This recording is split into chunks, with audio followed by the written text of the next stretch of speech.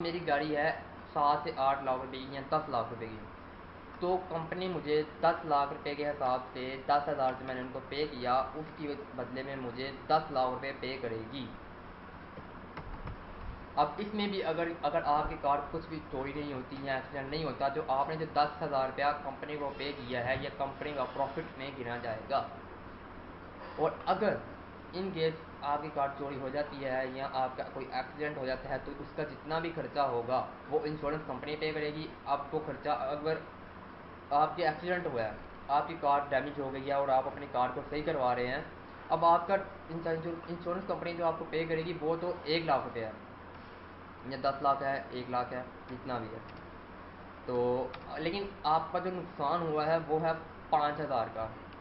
आपने कंपनी को पे किया हुआ है 10,000। अब कंपनी आपको 5,000 पे करेगी या 10,000, तो कंपनी आपको 5,000 ही पे करेगी। इस टाइम आपकी कार चोरी नहीं हुई, इस टाइम आपकी कार सिर्फ और सिर्फ डैमेज हुई है, और इसमें जितना भी रिपेयर का खर्चा होगा वो 5,000 होता है, 7,000 होता है, जितना भी होता है वो सारा कंपनी ही पे करेगी। और अगर आपकी गाड़ी है 10 लाख से भी ऊपर की, ठीक है, आपकी कार जो है, कार प्राइस लिख लेते हैं हम यहाँ पे। कार प्राइस है हमारे पास 12 लाख रुपया लाइक।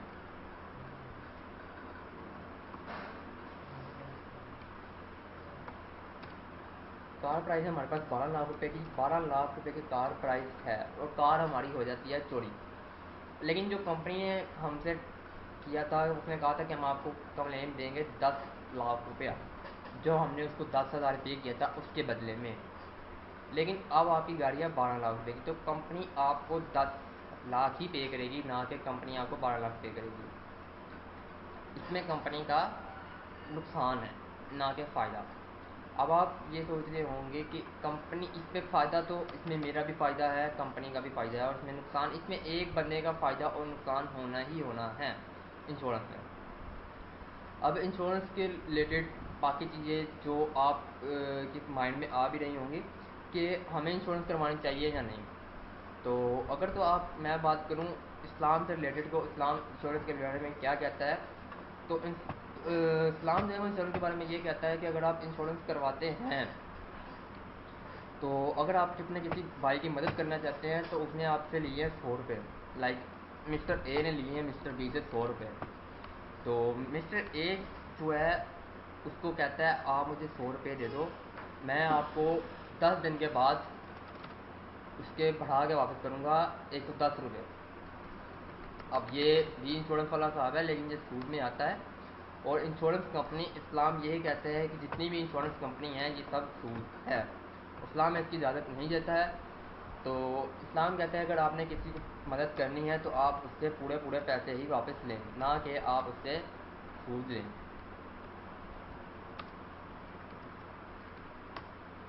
तो बाकी मेरा ये राय है कि आपको इंश्योरेंस करवानी चाहिए अगर आप अपने किसी बिजनेस चलाते हैं तब।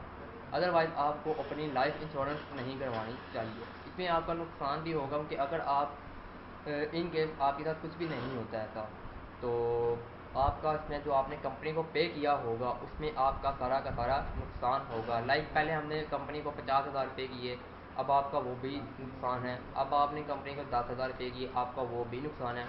अब अगर आप इन केस आपके साथ ऐसा हो जाता है, तो जो कंपनी ने आपको पे किए होंगे 50 लाख या 15 लाख, 20 लाख, जितने भी आपकी इंश्योरेंस रेट होगा उस हिसाब से, तो वो कंपनी के नुकसान में आता है। इसमें एक बंदे का नुकसान तो होना ही होना है। तो बाकी आगे आपकी मर्ज़ी है कि आपने इंश्योरेंस करवानी है या नहीं, लेकिन मेरी राय ये है कि आपको इंश्योरेंस नहीं करवानी चाहिए।